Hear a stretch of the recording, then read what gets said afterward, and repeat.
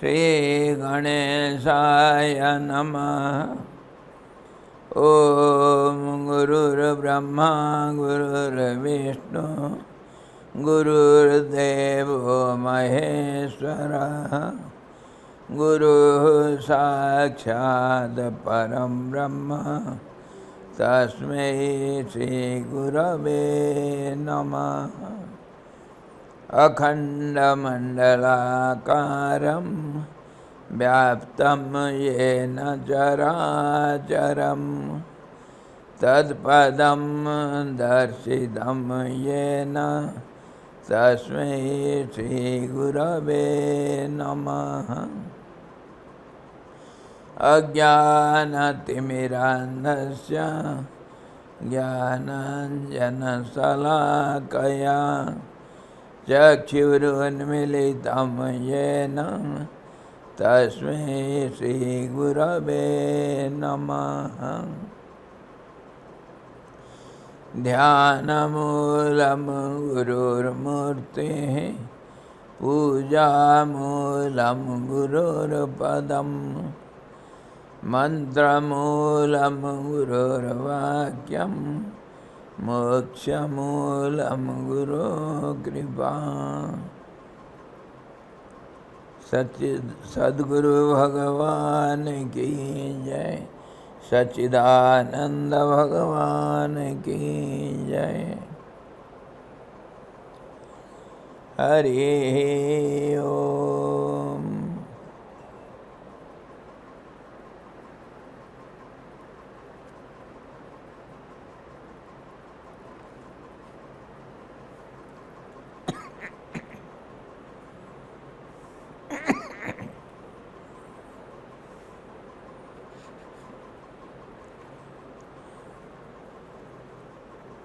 गुरु पूर्णिमा के शुभ सप्ताह में हम लोग बड़े भाग्यवान हैं कि गुरु के ऊपर चर्चा करने के लिए एकत्रित हुए हैं। बहुत बहुत धन्यवाद सबको।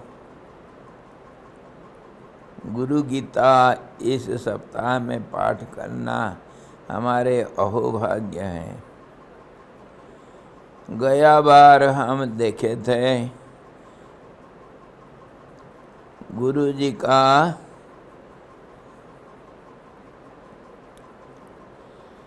कैसे गुरु का सेवन करना और कैसे जो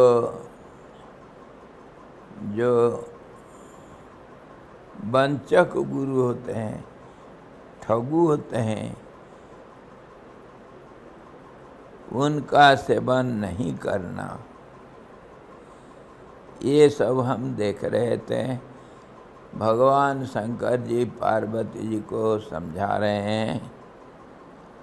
न बंधनियास्ते कष्टम दर्शनात् भ्रांतिकारकाः वर्जयेत तान् गुरून् दूरे धीरानेव समाश्रयेत्। इसके पहले हम देखे थे शीलायाः किं परम ज्ञानम शीला संघ प्रतारणी स्वयं तर्तुम न जानाति परम निस्तारयेत कथम। जो वंचक गुरु लोग होते हैं, जो ठगू होते हैं, जो दिखावटी गुरु बनते हैं, लोगों को ठग करके अपना शिष्य बनाते हैं किसी विशेष उद्देश्य से। शिष्यों से धन और श्रम इत्यादि लेकर के अपना सुख को बढ़ाना, अपना सुख के लिए ऐसे गुरु लोग जो दूसरों को ठग करके गुरु बनते हैं, ऐसा गुरुओं को पत्थर जैसे मानना चाहिए। पत्थर जल में खुद डूबता है, वो दूसरों को क्या पार उतारेगा? संसार सागर से पार उतारने में पत्थर कभी समर्थ नहीं होता है। इसीलिए ऐसे गुरुओं को दूर से दूर भगा देना चाहिए, उनका सेवन नहीं करना चाहिए। न बंधन्यास्ते कष्टम दर्शनात् भ्रांतिकारकः वर्जयेत तान गुरुन् दूरे धीरामेव समाश्रयेत। जो धीर पुरुष है उन्हीं का शरण में जाना है, और दूसरों को जो वंचक गुरु होते हैं उनको बंधन नहीं करना चाहिए। उनका दर्शन से हमारा अज्ञान ही बढ़ता है, ज्ञान नहीं।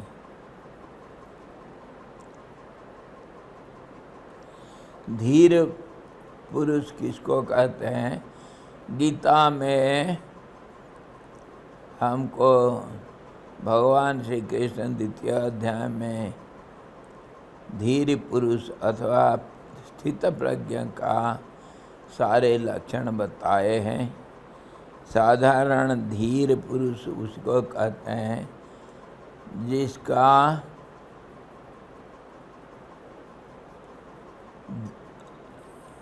विकार के लिए कारण उपस्थित होते हुए भी जिसका मन में कोई विकार पैदा नहीं होता है, उसको धीर पुरुष कहते हैं। अर्थात समत्व बुद्धि वाले, उन्हीं को ही धीर पुरुष कहते हैं। ऐसे व्यक्ति गुरु बनने लायक हैं, गुरु बनते हैं, वैसे ही लोग गुरु होते हैं। और बाकियों को ठगु मान करके दूर से त्यक्त कर देना चाहिए, त्याग कर देना चाहिए। इसको हम पहले विचार कर लिए हैं। आज उसी के ऊपर आगे भगवान शंकर पार्वती जी से जो बातें कहते हैं गुरु के बारे में, उसको हम आज चर्चा करते हैं। पाखंडिनः पापरताः नास्तिका भेदबुद्धयः स्त्रीलंपटा दुराचाराः कृतघ्ना बकवृत्तयः। पाखंडी, पाखंडी किसको कहते हैं? जो सोचता कुछ, बोलता और कुछ, करता और कुछ, उसको पाखंडी कहते हैं। और जो व्यक्ति जैसे सोचता है वैसे ही बोलता है और ऐसे ही करता है, ऐसे सरल मानव को धीर पुरुष कहते हैं। और वो पाखंडी नहीं है, सरल पुरुष है। भगवान राम जी कभी विभीषण को प्रशंसा करते हुए बोले थे कि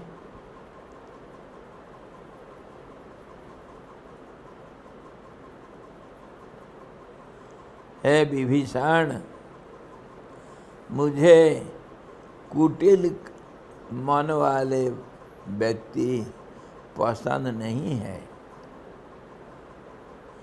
जो सरल पुरुष होते हैं, सरल बुद्धि वाले होते हैं, वही मुझे प्राप्त होते हैं।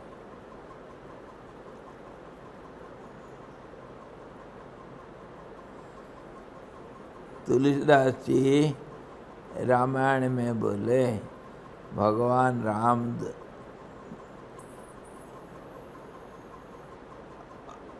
अपना स्वभाव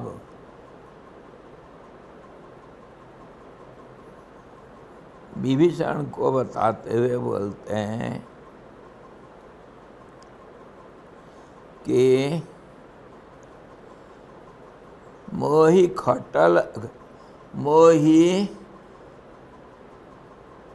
कपट छल छिद्र न भावा।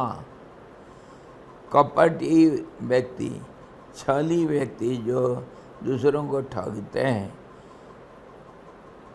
मोहि कपट छल छिद्र न भावा, जो दूसरों का बदगुण गाते हैं, ऐसे पुरुष को मैं पसंद नहीं करता हूँ। निर्मल जन मन सो मोहि पावा, जिसका मन अति निर्मल, अति सरल, वही व्यक्ति मेरे पास आता है और मुझे प्राप्त करता है। हे विभीषण, तुम अति सरल दिल के हो, इसीलिए तुम मेरे सखा हो, मेरे भक्त हो। मैं तुम्हारा, तुम मेरा हो।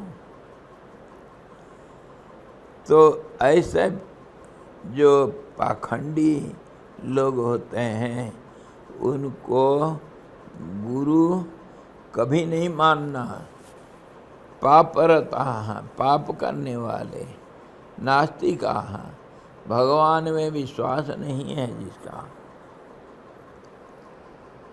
लेकिन वो छल पूर्वक दूसरों को ठग करके अपना ज्ञान बताते हैं। भेद बुद्धय, दूसरे में भेद बुद्धि जो करते हैं, और स्त्री लंपटा, दुराचार, आचारहीन, कृतघ्न, किया हुआ को जो नहीं मानता है, ऐसे बकवृत्तय, बगुला ध्यान करने वाले। बकवृत्ति बगुला का जैसे आचरण होता है। बगुला क्या करता है, बड़े ध्यान लगा करके अति स्थिर भाव से पानी में खड़ा रहता है। तो उसको देख करके पानी में तैरने वाले मछलियाँ सोचते हैं ये कोई पत्थर या और कुछ होगा, ये हमारा कुछ नष्ट नहीं करेगा।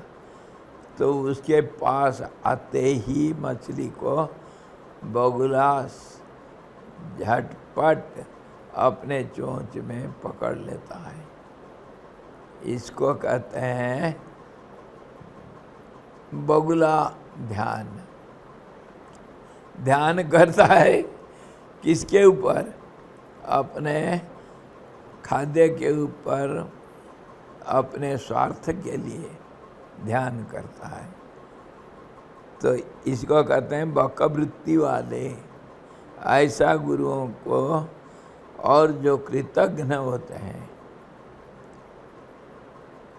कृतघ्न जो होते हैं, उसके लिए कहीं नीति शास्त्र में कहा गया कि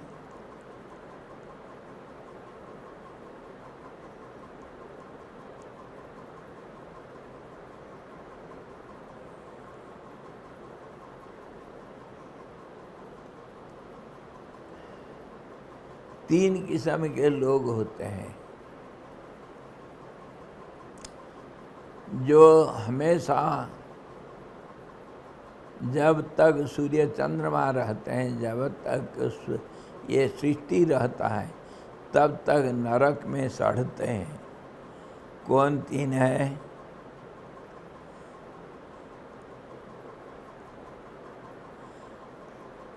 विश्वासघातक, कृतघ्नश्च यश्च विश्वासघातकः।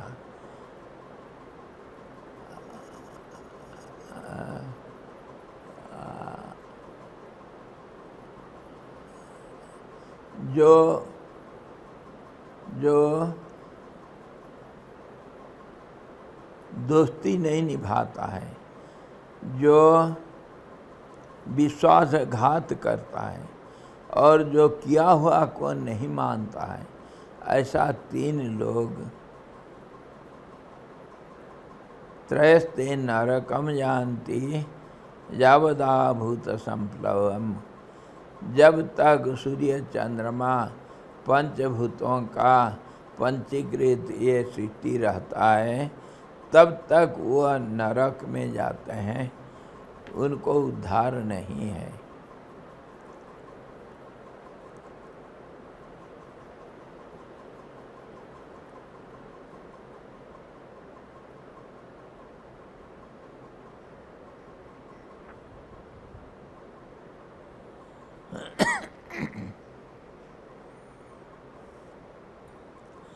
ऐसे गुरुओं को दूर से नमस्कार।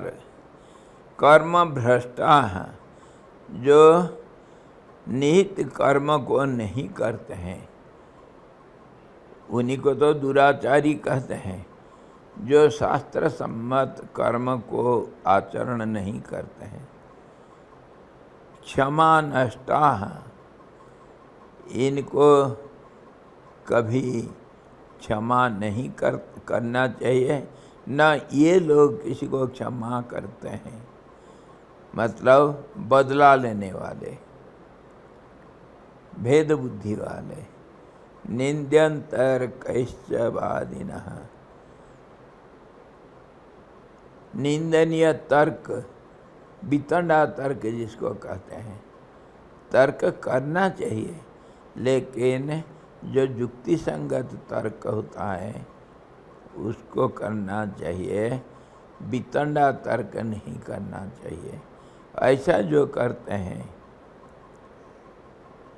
निंद्यतर कैश्च वादिनः, तर्क में जो मन को रखते हैं और वितंडा तर्क करते हैं। कामिनः, जिनका इच्छा कभी पूर्ति नहीं हुआ, सदैव कामना पूर्ति में लगे हुए हैं। क्रोधिनश्चैव, जिनके मन में काम, क्रोध और हिंसाचंडा,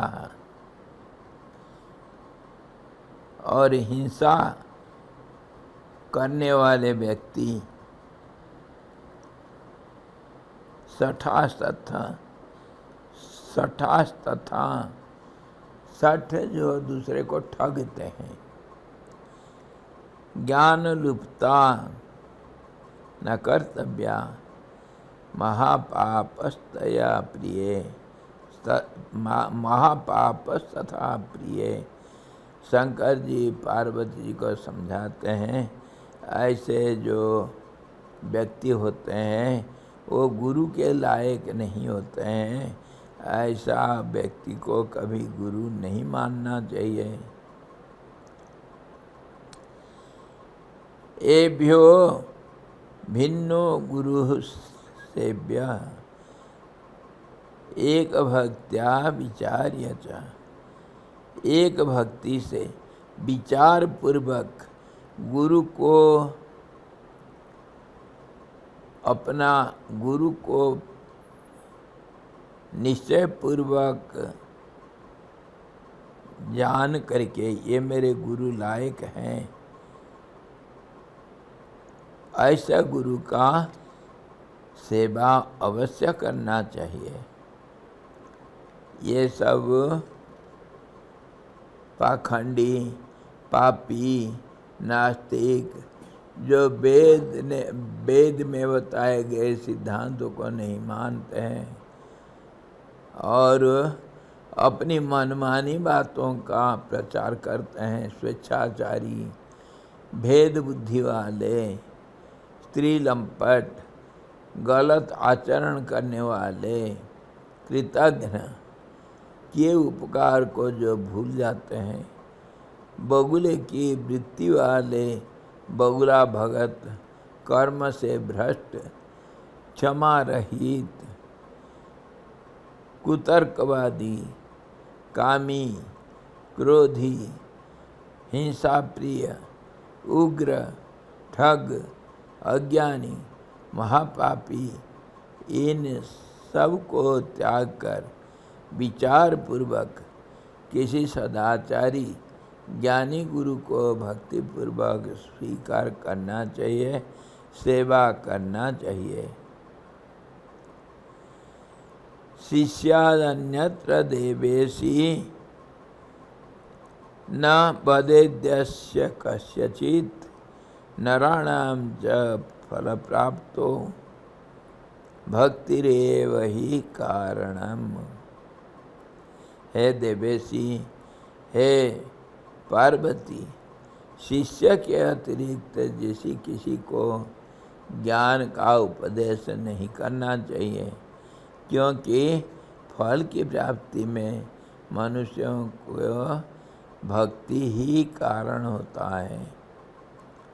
किसी सफलता प्राप्ति में हमको श्रद्धा, विश्वास, इसी को भक्ति कहते हैं।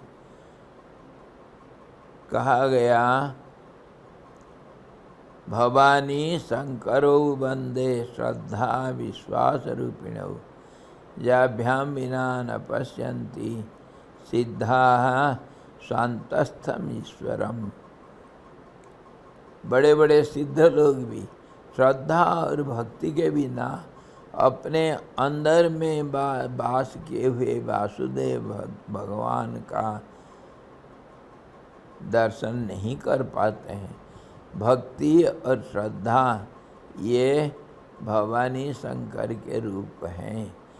ये एक आकाशचारी पक्षी का दो पंख माना गया, इसके बिना कोई गति नहीं कर सकता है। इसलिए श्रद्धा विश्वास रख करके ऐसे जो सदाचारी गुरु का सेवा करना चाहिए, वही है सच्चा शिष्य।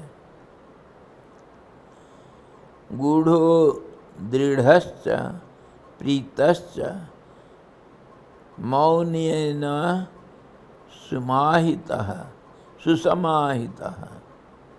सकृत कामगतो वापि पंचधा गुरुरीतः।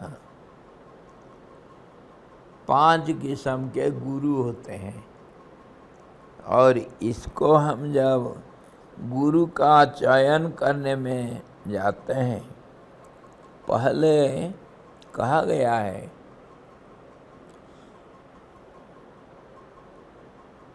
कि गुरु को ढूंढने के पहले किसी व्यक्ति को जिसको तुम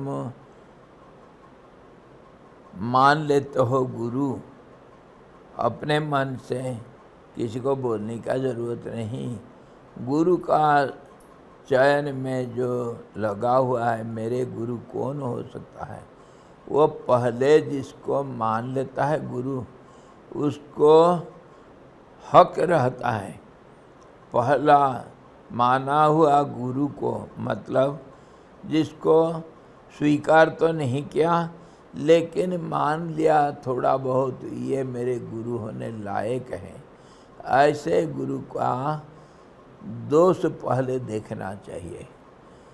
अगर दोष दिखाई दिया तो उसको त्याग देना चाहिए।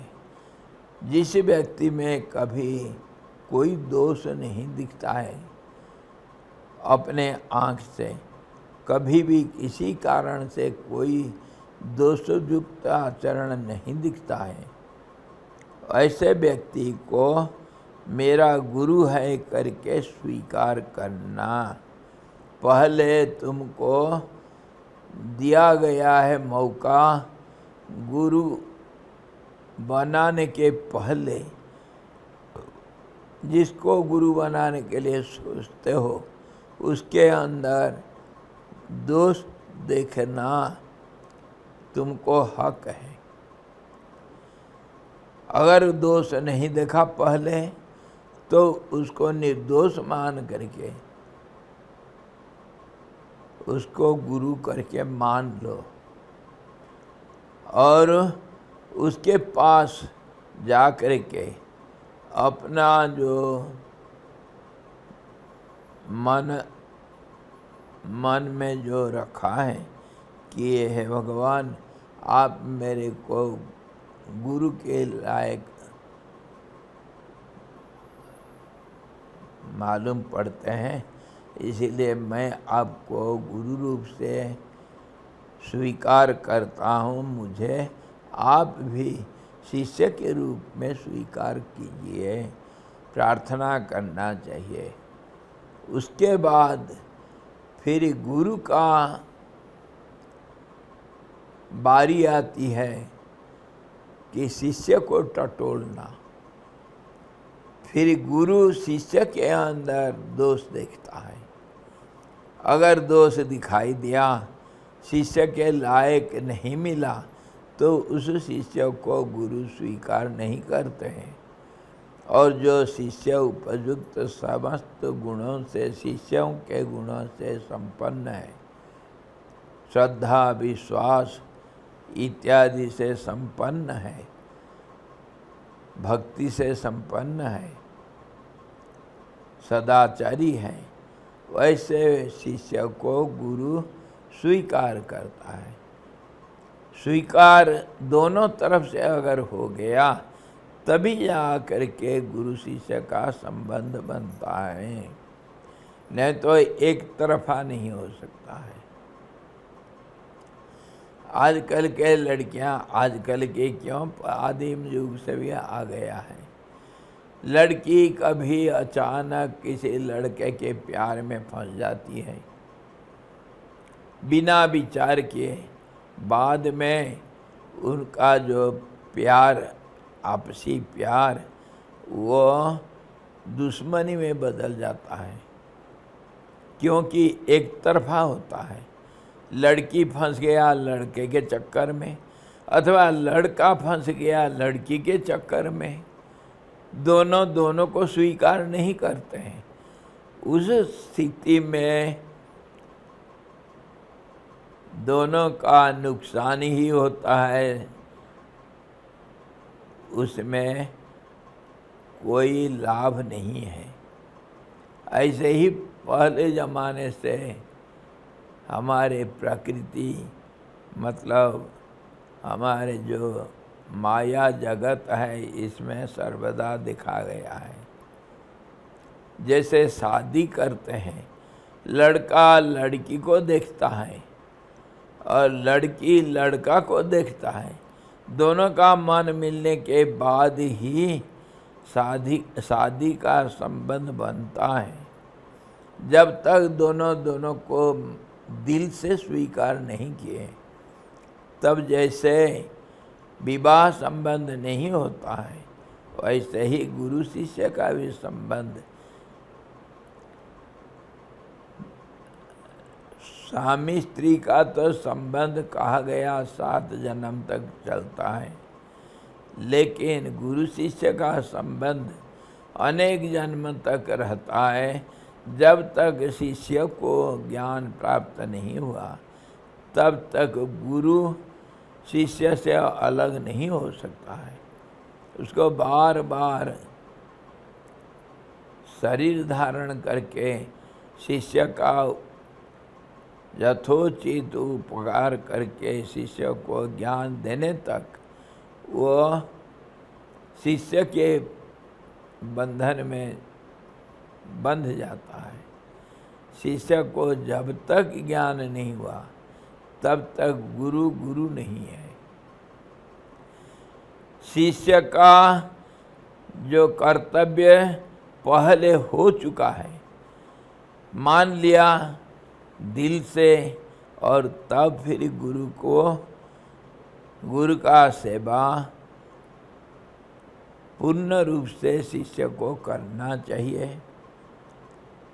मन से, वचन से, और तन से शिष्य को गुरु का सेवा करना चाहिए। तन मन धन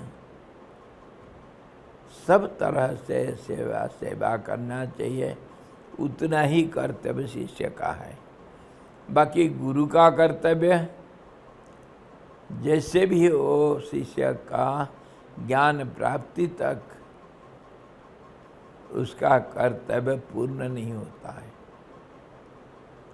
इसीलिए गुरु शिष्य का संबंध जन्म जन्मांतर तक होता है, जब तक शिष्य को ज्ञान प्राप्त नहीं हुआ, आत्म साक्षात्कार नहीं हुआ।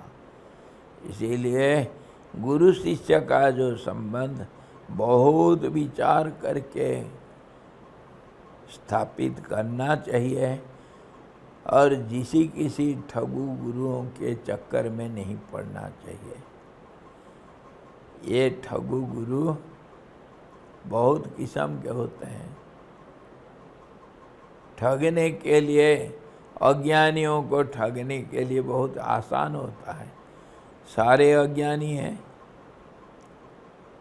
तो ठगना तो बड़ा सरल काम है। ऐसे गुरु बहुत मिलते हैं। कोई पैसा के लिए, कोई सेवा लेने के लिए, कोई अपना मतलब सिद्ध करने के लिए नाना किस्म के गुरु दिखाए गए हैं। 50,000 रखो, मैं तुम्हारे पूर्व जन्म का सारे वृत्तांत बता दूंगा। 50,000 रखो। है लाए हो 50,000? अच्छा जी रखो, मैं 100 जन्म का कहानी बता दूंगा।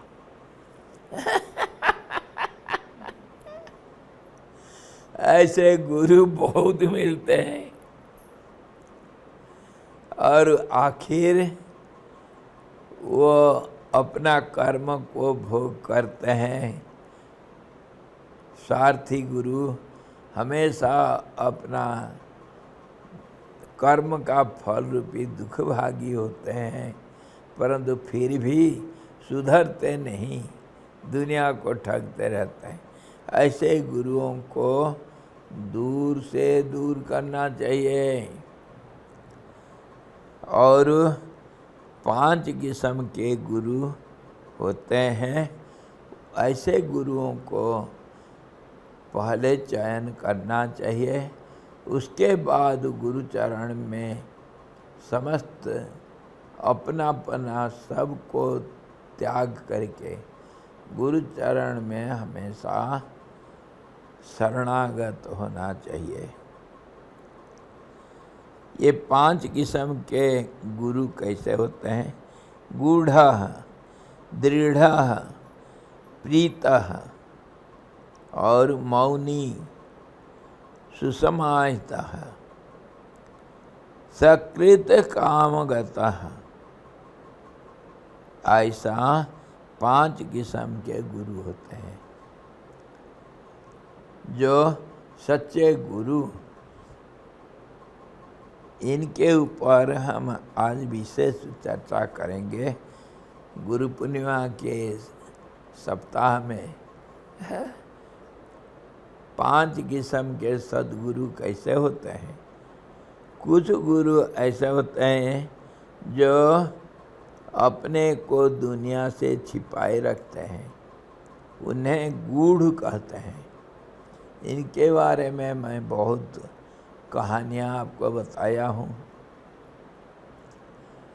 एक बार किसी राज्य के सीमा में जंगल के अंदर गोरखनाथ और मच्छिंद्रनाथ दोनों जंगल घूमते हुए, बड़े सिद्ध हैं, चिरंजीवी हैं।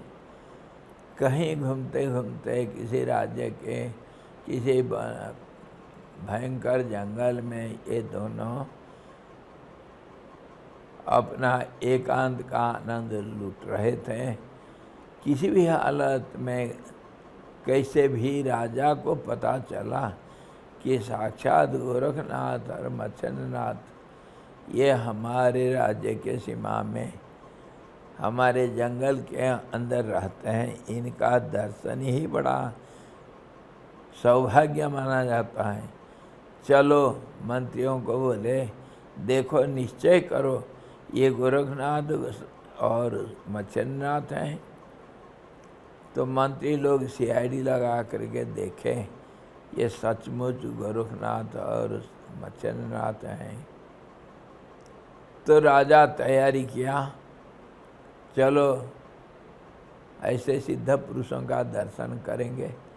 मंत्री, सेनापति, चतुरंगिनी सेना और राजा सपरिवार सब निकल पड़े, गोरखनाथ जी का दर्शन करेंगे, चलो चलो चलो।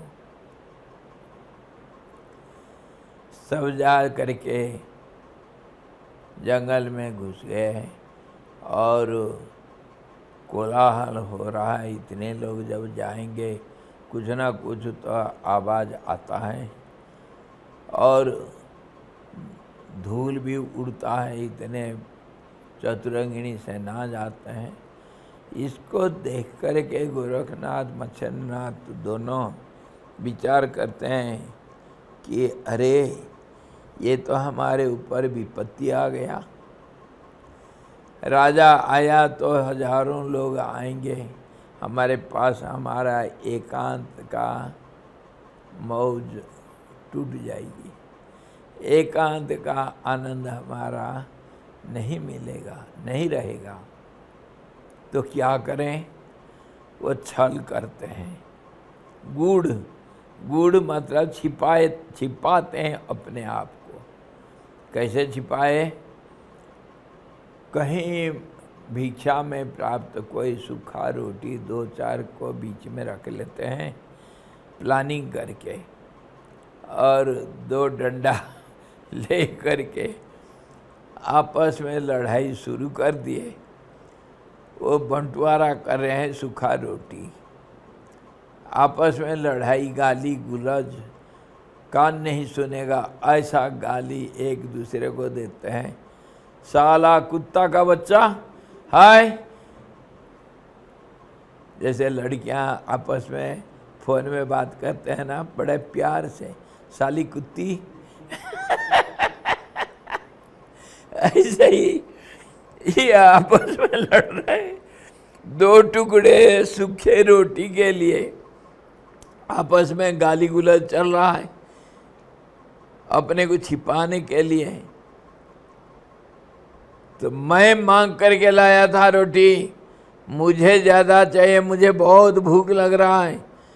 तू नाकामी, नालायक, साला मांगने के लिए तो जाता नहीं, मैं मांग करके लाऊंगा तू खाएगा, और तू ज़्यादा मांगता है, मेरे हिस्सा ज़्यादा है, मेरे को 3 दे दे, तू 2 ले। वो कहता अरे कंगाल, तू मांग करके आया लाया तो क्या इसका मतलब यह तू सारे तू ही खाएगा? अरे इसको बंटवारा करना चाहिए, बराबर भाई हिस्सा बांटना चाहिए। बड़ा भारी बन गया, साले भूखे हैं, 1 टुकड़ा रोटी के लिए लड़ाई करता है, शर्म नहीं आता है? किसने तेरे को जोगी बनाया? आपस में गाली गुलज और डंडा उठा लिए, चल बे साले मैं खाऊंगा। वो कहता चल, क्या अपने को ज़्यादा ताकतवर देख लिया, मान लिया? आजा, माँ का दूध पिया है तो आजा मैदान में आपस में लड़ाई झगड़ा कर रहे हैं।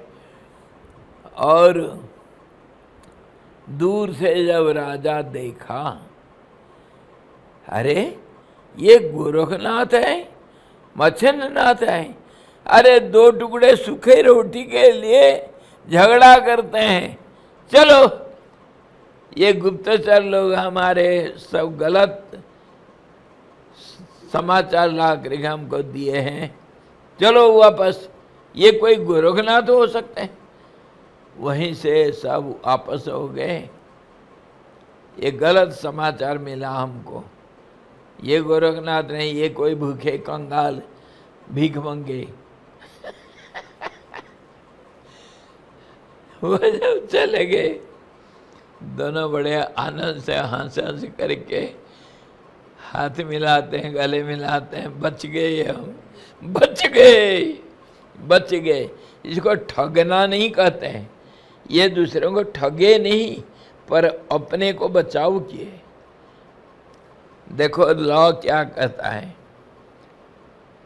दूसरे को अगर अपने आत्मरक्षा के लिए किसी को मारा गया तो वो दोष नहीं होता है, लेकिन ऐसे ही अगर किसी का प्राण हरण किया गया तो वो हत्यारा माना जाता है। परंतु अपने आत्मरक्षा के लिए अगर कोई दूसरे को मार डालता है तो उसको हत्या दोष नहीं लगता है। आत्मरक्षा सबसे पहला कर्तव्य है। इसीलिए गुरु लोग अपने को छिपाए रखने के लिए, अपना नाम यश न हो, नाम यश को कहा गया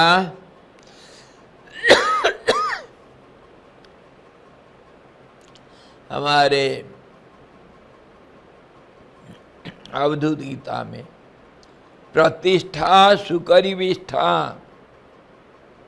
प्रतिष्ठा नाम यश जो होता है वो सुअर के टट्टी के बराबर है, कभी नहीं जाना इसमें। 3 किस्म के ईषणा होते हैं, इच्छाएं सबके अंदर, लोकेषणा, पुत्रेषणा और वित्तेषणा, धन का प्राप्ति और अपना वंशधर, अपने धरोहर को रक्षा करने वाले पुत्र और अपने नाम यश को बढ़ाने वाले कर्म सब लोग करते हैं।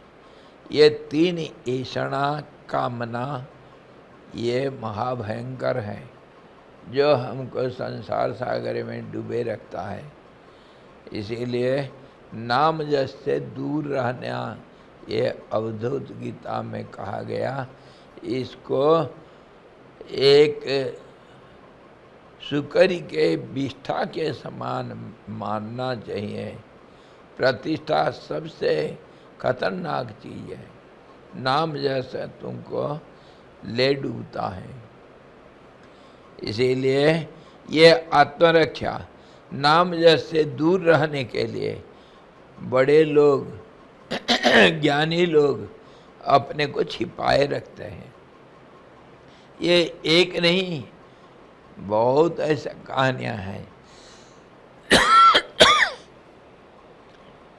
एक बार दत्तात्रेय जी महाराज नर्मदा किनारे कहीं बैठ के तपस्यारत थे। वैसे ही लोग धीरे धीरे लोग जान गए कि स्वयं दत्तात्रेय जी इस रूप से इधर नर्मदा किनारे में तपस्या करने लगे, तपस्यारत हैं। तो बहुत लोग आने लगे। तो उससे दत्तात्रेय जी महाराज को बहुत विक्षेप हुआ। लोग आएंगे हमेशा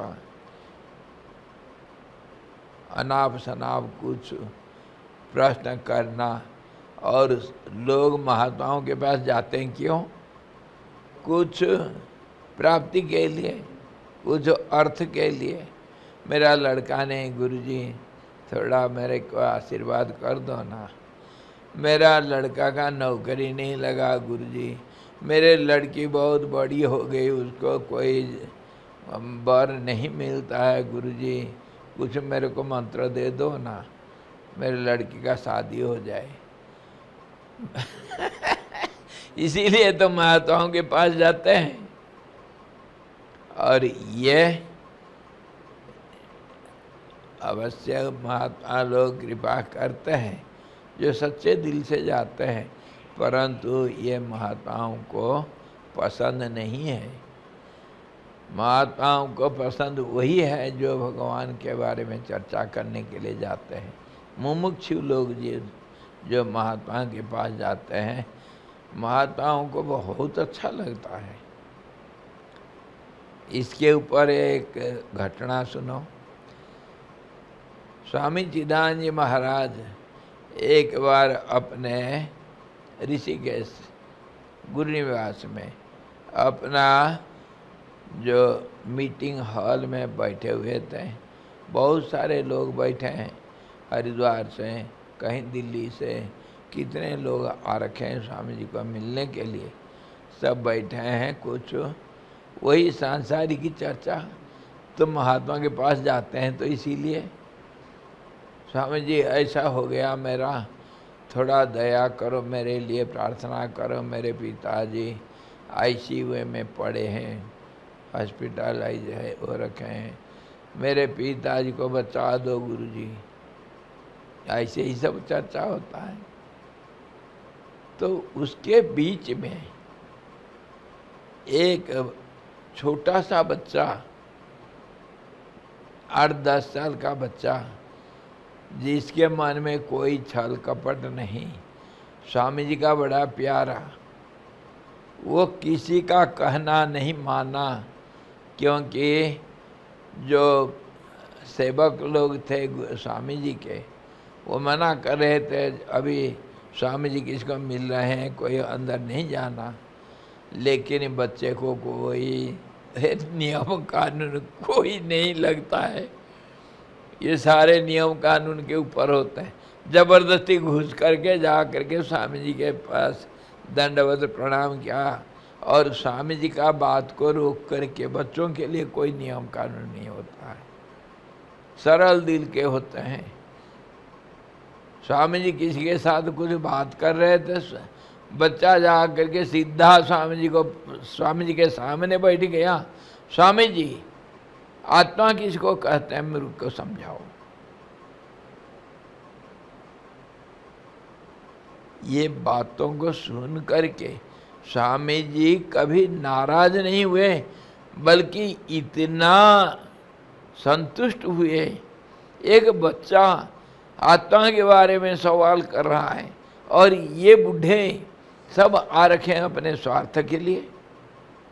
स्वामी जी तत्क्षण वो बच्चा का बात को मान करके सबको बोले, जाओ बाहर, दरवाजा बंद करो, पहला बारी इस बच्चा का, तुम्हारे साथ बाद में बात करेंगे, जाओ सब बाहर। राम स्वरूप दरवाजा बंद करो, कोई नहीं आना अंदर। 1 घंटा स्वामी जी उस बच्चे के पास साथ बात किए, अच्छी तरह उसको समझाए। वो बच्चा समझ गया, तो फिर पूछा, मुझे आत्मदर्शन कब होगा? तो स्वामी जी एक समय बताए, अमुक समय आने से वो समय आएगा, तुम्हारी जिंदगी में आएगा, तुमको आत्मा का दर्शन होगा। वो बच्चा मेरा भी दोस्त है महान नटखटी, बड़ा सरल दिल का। तो ऐसा जो आत्म तत्व के बारे में विचार करने के लिए आता है, उसको पहला मौका मिलना चाहिए। और गुरु लोग उनको प्यार करते हैं, और जो अपने मतलब के लिए गुरु के पास जाते हैं, वो बाहरी प्यार गुरु लोग ये पसंद नहीं करते हैं। और दत्तात्रेय जी अपने को बचाने के लिए नर्मदा किनारे एक दिन अपने योग माया से बड़ा विचित्र दृश्य रचाए। अपने योग माया से बहुत सुंदरी, बहुत 2-4 लड़कियों का तैयार करके जल क्रीड़ा कर रहे हैं, नंगे सब बहुत लोग आकर के देखे, है ये दत्तात्रेय है, अरे ये दत्तात्रेय नहीं हो सकता है ये ढोंगी कोई है, देखो इनको। धीरे धीरे वो बातें फैलने लगा और कोई तब से धीरे धीरे सब आना छोड़ दिए। दत्तात्रेय जी वहां आराम से नर्मदा किनारे अपना तब ध्यान में जुट गए, कोई नहीं आने लगे। इसीलिए ये दूसरा उदाहरण, स्वामी जी का तीसरा उदाहरण। तो गुरु लोग अपने को संसारी कामना रत जीवों से बचाने के लिए कभी अपने को छिपाते हैं। ऐसा गुरु लोग भी शिष्य को ढूंढना चाहिए, अंदर तक जाना चाहिए, ये अपने को छिपा रहे हैं या सचमुच ऐसा ही है। गुरु लोग छिपाने के लिए अपने को ऐसा व्यवहार कभी करते हैं, उनको कहते हैं गूढ़ गुरु, जो अपने को छिपा करके रखते हैं। कुछ गुरु ऐसे होते हैं अपने को दुनिया से छिपाए रखते हैं, उन्हें गूढ़ कहते हैं, एक किस्म का ये हुए। दूसरे कुछ गुरु ऐसे होते हैं जो बड़े कड़क होते हैं, कोई आया दे दनादन दो डंडा मारे ऐसा गुरु भी बहुत होते हैं। हमारे नित्यानंद जी थे, नित्यानंद जी सब जानते हैं, बड़े सिद्ध पुरुष, जो गणेशपुरी बम्बे से थोड़ा दूर गणेशपुरी में उनका आश्रम रहा।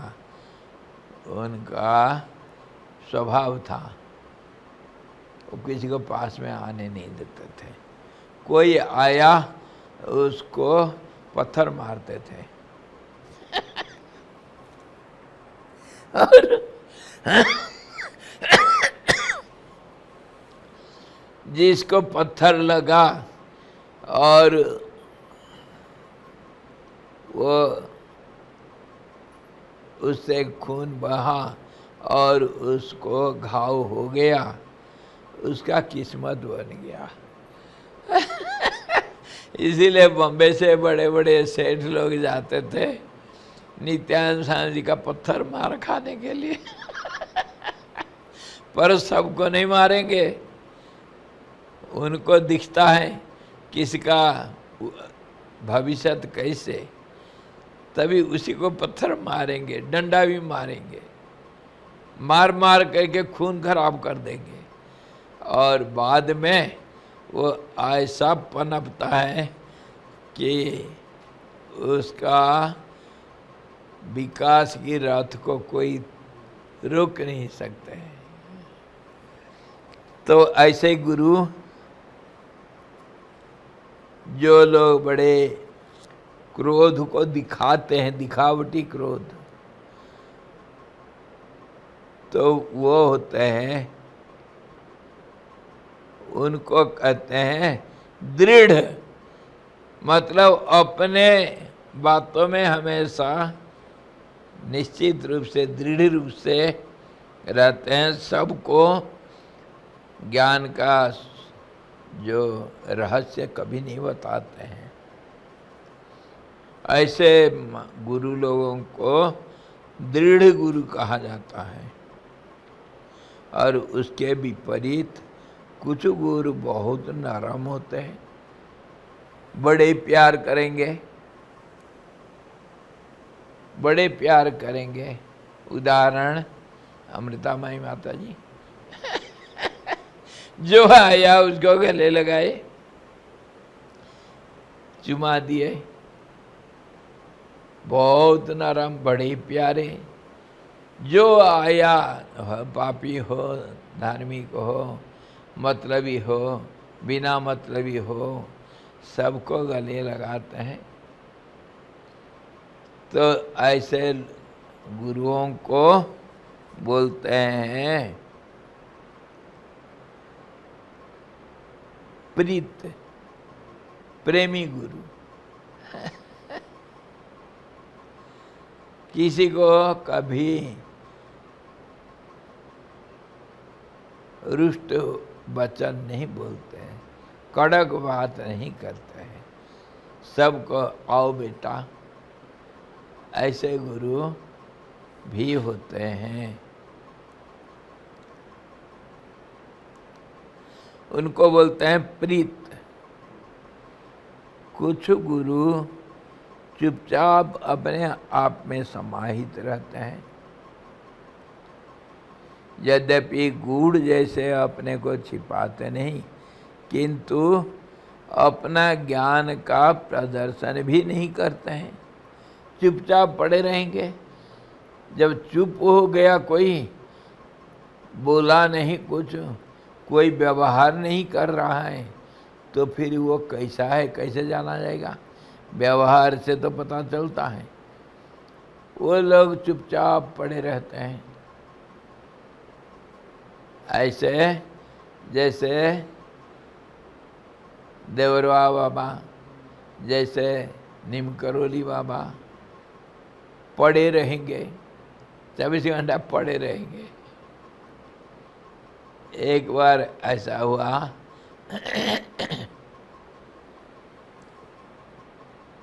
देवरवा बाबा के नहीं, पबाहरी बाबा वो कभी भोजन पानी कुछ नहीं करते थे। पवन से, हवा से उनको भोजन मिल जाता, तो वो पड़े रहते हैं 24 घंटा, किसी को ना बोलेंगे कुछ, ना कुछ लेना ना कोई देना। पेट के लिए तो सारा दुनिया है, जिसको भोजन की जरूरत नहीं, उसको दुनिया से क्या मतलब। वो एक चारपाई में पड़े रहते थे 24 घंटा, लेकिन कोई भी आया उनके पास कभी खाली हाथ नहीं जाएगा। बिना भोजन के भूखा पेट कोई नहीं जाएगा। कुछ ना कुछ बड़े सिद्धत हैं, उनके लिए कोई भी आया भूखा प्यासा, वो सबका मनोवांछा पूरा करते थे बिना बोले। जो आया उसको वो मिला। तो इसको कुछ ठगो लोग, कुछ चोर लोग, डकैत लोग देखे, अरे ये जोगी कुछ छिपाया है, छिपा रखा है, ढोंग बनाता है, इस जोगी को लूटेंगे एक बार। तो आधा रात, ऐसे जोगी लोग कभी सोते नहीं, ना दिन ना रात, उनके लिए समय के परे होते हैं, हमेशा होश में रहते हैं। आधा रात आए, कुछ चोर लोग, डकैत लोग आए, आकर के 2 लोग आकर के बाबा के पास देखे, बाबा गाढ़ नींद में सोए हैं जैसे लगे, लेकिन वो सोते नहीं। तो दोनों चोर उनके पास खड़े रहे, ये उठेगा तो इसका ठिकाना लगाएंगे, ये ढोंगी है, कुछ छिपा रखा, नहीं तो जो भी आया कुछ खा करके गया, इसके पास कुछ नहीं है, ऐसा तो हो नहीं सकता है। तो बाकी सब उनके झोपड़ी में घुसे, रात को बहुत ढूंढे, कुछ नहीं मिला, कुछ नहीं मिला। तो हुआ क्या, कुछ जब नहीं मिला, अरे बेकार ये ये नंग धड़ंग इसके पास कुछ नहीं रहे। चलो वापस गए। जा रहे थे, बाबा उठे, पहाड़ी बाबा उठे। एक छोटा सा पतेली, अक्षय पात्र जैसे द्रौपदी के पास था, सूर्य भगवान दिए थे अक्षय पात्र। तो वो छोटा सा एक पतेली पीतल का, वो कहीं पड़ा हुआ था, उसको अंधेरे रात में वो चोर लोग नहीं देख पाए। तो बाबा उठ करके उस पतेली को ले करके चोरों के पीछे भागे। चोर लोग देखे, अरे ये बाबा हमारा पीछा कर रहा है, चलो और भागो।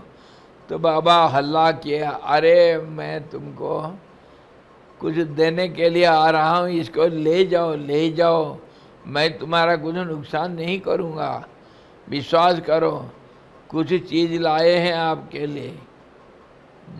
तो फिर वो विश्वास किए, रुक गए चोर लोग। तो जा करके बाबा बोलते हैं, इसको क्यों छोड़ गए यार, ये तुम्हारे काम में आएगा, ले जाओ।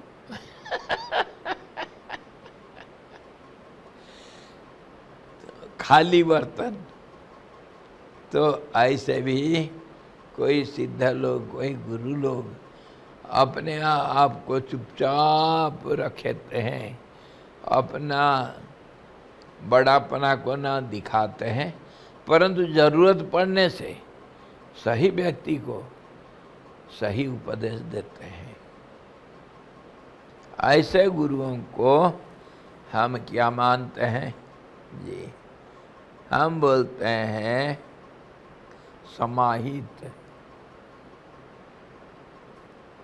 और यद्यपि गूढ़ जैसे अपने आप को ये छिपाते नहीं, किंतु अपना ज्ञान का प्रदर्शन भी, अपना सिद्धि का, अपना बड़ापना को दिखाते भी नहीं, और किसी सत शिष्य की सेवा से संतुष्ट होकर जिज्ञासा प्रकट करने पर उपदेश करते हैं। कोई जिज्ञासु आया, सेवा किया, उससे सच्चे दिल से तभी अपना ज्ञान को वो उस शिष्य को देते हैं। उन्हें सुसमाहित कहा जाता है। कुछ और गुरु मनमौजी होते हैं, इच्छा हुई तो बुलाकर उपदेश कर लेते हैं, इच्छा नहीं हुई तो चुप रहते हैं, इच्छा हुई तो कुछ दिन कहीं पर टिक जाते हैं, मन हुआ तो चल पड़ते हैं। छोटे से बालक जैसे उनका स्वभाव होता है। इन्हें सकृत कामगत कहते हैं। सकृत कामगत मतलब कभी कुछ मन में आया कर बैठे, मनमौजी गुरु लोग होते हैं। ऐसे एक कोई पागल जैसे, बच्चा जैसे व्यवहार करने वाले गुरु कभी गुजरात में हमारे एक जान पहचाने बड़े प्रेमी स्वामी जी को कभी मिले थे। एक कहानी को आज बोल दूं। एक बार ऐसे मनमौजी गुरु, वो सबको मालूम है बड़े सिद्ध पुरुष हैं, परंतु एक जगह टिकेंगे नहीं। बहुत कम लोगों को मालूम है, सबको नहीं, परंतु महात्मा लोगों को तो मालूम हो जाता है। महात्मा को पहचानता है। तो ऐसे कोई पागल है करके सब लोग बोलते थे। कोई जानते थे ये महान सिद्ध है। कभी अचानक आकर के स्वामी जी, मोहम्मदाबाद में उनका आश्रम था, उनके पास उनके सब जान पहचाने सब भक्त लोग होते थे। तो वो आकर के दूर गांव से जा बोले स्वामी जी को, बहुत पहले सुने थे स्वामी जी ऐसा कोई पागल है तो उनका दर्शन करूंगा मैं करके मन में रखे थे। तो लोग आकर के अचानक बोले स्वामी जी वो पागल ना हमारे गांव में आ रखा है, वो कहीं बैठ जाएगा तो बैठ गया। 2-3 दिन बीत गया, एक गांव के बाहर एक पीपल के पेड़ के नीचे बैठा है। लोग आकर के बताए स्वामी जी को।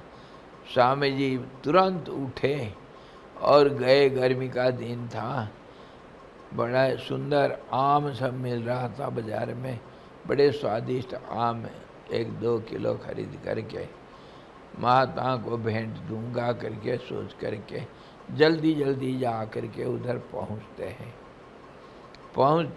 गांव थोड़ा दूर था। जब पहुंचते हैं देखते हैं कोई नहीं, वो कहीं भाग गया। अच्छा, तो बड़े हताश हो करके वापस आते हैं। आम को क्या करेंगे, उनके लिए तो मन में रखे थे उनको भेंट देंगे, दे नहीं पाए। 2-4 दिन रखे फ्रीज में, बाद में सोचे इसको दूसरों को देना उचित नहीं, इसलिए अपने आप उसको खा लिए। उसके बाद 1.5 महीना के बाद अचानक फिर लोग आकर के स्वामी जी से बोले स्वामी जी वो पागल दूसरे गांव में आ रखा है। अच्छा चलो चलो जल्दी चलेंगे, या आम खरीदना या कुछ भेंट लेने में टाइम बर्बाद नहीं करना चाहिए। ये तो मनमौजी होते हैं, कभी उठ करके भाग जाएंगे। तो स्वामी जी कुछ लिए बिना बहुत जल्दी जा करके उस गांव में पहुँचे। वह भी ऐसे ही एक पेड़ के नीचे बैठे, अभी मिल गए। और 8-10 आदमी चारों तरफ बैठे, जो जानते हैं उनको। कोई जाता है सुल्फा पीने के लिए, कोई जाता है कुछ पूछने के लिए, पर महात्मा तो बोलता नहीं। जहाँ नज़र लगा हुआ है। दिन बीत गया, बैठा है ऐसा ही। किसी का मन आया तो किसी को कुछ बैठेगा, कुछ बोल देगा। उतने के लिए सब लोग इंतजारी में बैठे हुए रहते हैं। सब शांत, सब बैठे हैं। और पागल भी बैठा है, पेड़ के ऊपर नजर लगा हुआ है। स्वामी जी गए, लंबलेट दंडवत प्रणाम किए और चुप बैठ गए। आधा घंटा बैठ गए, ना वो महात्मा पागल इनके तरफ देखा, ना इनको कुछ बोला। जैसे सब चुप बैठे, ये भी स्वामी जी चुप बैठ गए। आधा घंटा 45 मिनट के बाद स्वामी जी उठते हैं और बोलते हैं, दंडवत प्रणाम फिर किए और बोलते हैं महाराज बड़ी कृपा हुआ, आपका दर्शन हो गया, अब आज्ञा हो मैं जाता हूँ, वापस जा रहा हूँ। इतना बोले तो वो पागल स्वामी जी के तरफ देख करके डांटा, बैठ, जोर से बोला, बैठ, कहाँ जाता है? तो स्वामी जी बैठ गए। मेरा आम कहाँ है? हाय, खा लिया मेरा आम, अपने आप खा लिया, मेरा आम तू खाया। चलो कोई बात नहीं, खाली हाथ में आया मेरे पास। राजा बनेगा राजा? अगर राजा बनना है ना, हाथी में सवार होना पड़ता है। हाँ जी, तभी तो राजा लोग हाथी के सवार होकर के चलते हैं। हाथी पागल है। हाँ जी, सामने से जाओगे, पकड़ करके कहीं फेंक देगा, मरोगे। सावधान, हाथी में चढ़ना आसान नहीं। हाथी में चढ़ोगे राजा बनोगे, तरीका है पीछे से जाओ, हाथी के पीछे से जाओ, ना तुमको देखेगा ना तुम्हारा कुछ कर पाएगा। हाथी जल्दी पलटवार नहीं कर सकता है, सामने से जो आया उसके सामने कुछ नहीं हुआ, पीछे से जो आया उसका कुछ नहीं कर सकता है हाथी। तो पागल बाबा बोलते हैं हाथी में चढ़ना है पीछे से जाओ, सावधानी से पूंछ पकड़ लो। पूंछ पकड़ लिया तो हाथी से बच गया, और चढ़ जा सीधा ऊपर। ऊपर अंकुश रखा हुआ है, उसके ऊपर बैठ गया, हाथ में अंकुश आ गया। कितने भी पागल हो फिर तुम्हारे बस में है, तब बनेगा राजा। जाओ, इतना बोले उठ करके चल दिया वो पागल। उधर और नहीं रहा, सब ऐसे ही बैठे हैं। स्वामी जी वापस आ गए। ये कहानी स्वामी जी मुझे बताइए, पागल गुरु कैसे होते हैं, सिद्ध लोग कैसे पागलपना दिखाते हैं। लोग कहते हैं कहीं जा कर के वो बैठ जाएगा, किसी पान दुकान में बैठ जाएगा, ए लाला पान लगा, 50 पान इकट्ठा खा जाएगा। कहीं बीड़ी दुकान में जाकर बैठ जाएगा, ए ला बीड़ी ला तो 2-4 बंडल दे दे, सारे बंडल के बंडल एक ही बार लगाएगा, आग सुलगा करके पिएगा, ओ धुआं छोड़ेगा ऊपर बादल जैसे। मनमोह जी इनको बोलते हैं, ये 5वां किस्म के गुरु लोग होते हैं। बच्चों के माफी, पागल के माफी। शास्त्र भी कहता है ज्ञानी लोग पिशाचवत बालवत व्यवहार करते हैं, उनका व्यवहार में कोई ठिकाना नहीं रहता है। तो इसी प्रकार 5 गुरु लोग होते हैं, और ये गुरु पूर्णिमा के सप्ताह में हम ऐसे गुरुओं को नमस्कार करते हैं। इसी प्रकार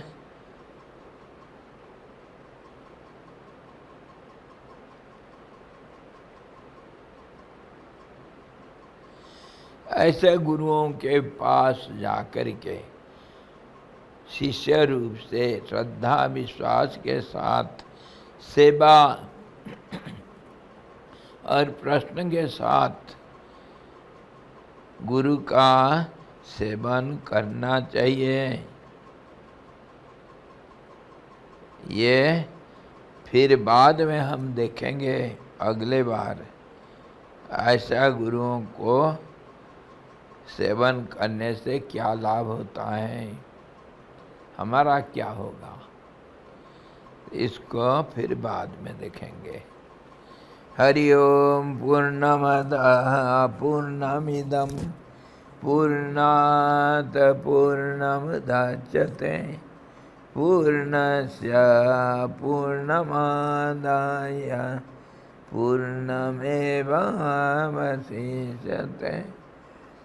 ओम शांति शांति शांति।